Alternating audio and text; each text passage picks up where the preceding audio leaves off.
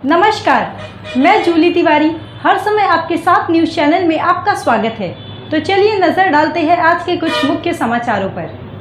अंबरनाथ में पार्टी विवाद में युवक की चाकू से हत्या, 12 घंटे में आरोपी गिरफ्तार।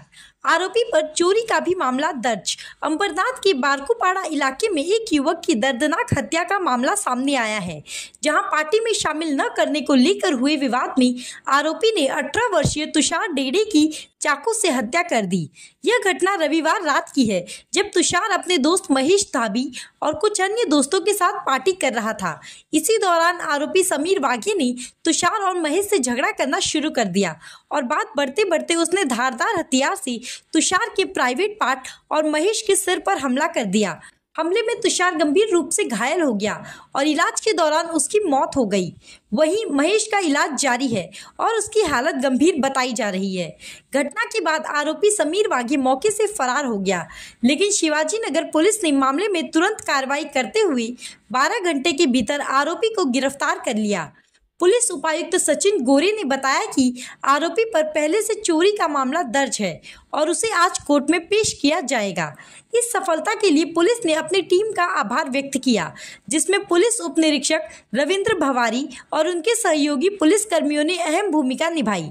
डीसीपी सचिन गोरे ने कहा, हमारी टीम ने तीव्र कार्रवाई करते हुए आरोपी को महज 12 घंटे में पकड़ लिया और न्याय की प्रक्रिया तेज कर दी है। इस घटना के बाद इलाके में तनाव का माहौल है और स्थानीय नागरिकों ने इस घटना को लेकर कड़ी प्रतिक्रिया दी है। पुलिस अब मामले की जांच में जुटी है और आरोपी से पूछताछ जारी है। यह घटना अंबरनाथ में एक दुखद घटना के रूप में सामने आई है, जहां तुषार की हत्या ने इलाके में भय और गम का माहौल बना दिया है। बरोबर आहे।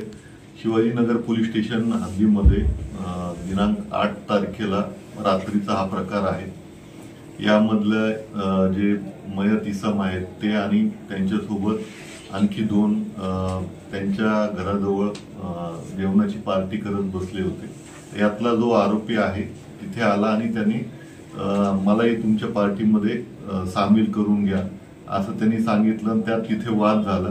वाद झाल्यानंतर या आरोपीने चाकूने मयत इसमाला वार केले होते। त्यामध्ये त्याचा दवाखान्यात नेल्यानंतर मृत्यू झालेला आहे।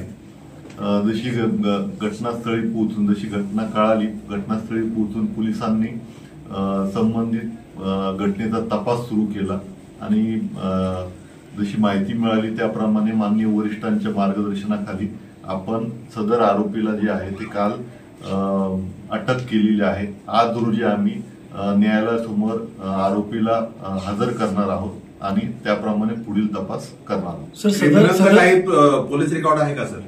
जो मयत इसम आणि त्याचे जे साथीदार आहेत त्यांचं काही रेकॉर्ड नाही, परंतु जो आरोपित आहे त्याच्यावरती एक घरफोडीचा गुन्हा दाखल आहे। सर, आरोपी हा मानसिक रुग्ण असल्याचं असं बोललं जातंय, खरं आहे? त्याचं नाव त्या पद्धतीने उच्चारलं जातं। तसंही आम्ही डॉक्टरांसमोर नेऊन या घटनेची पूर्ण खात्री करून सविस्तर माहिती लवकरच। पोटात आणि मांडीजवळ 2 प्रमुख वार आहेत, त्यात रक्तस्राव होऊन त्याचा मृत्यू झाला। ओव्हरऑल आम्ही गस्त जी आहे ती वाढवलेलीच आहे।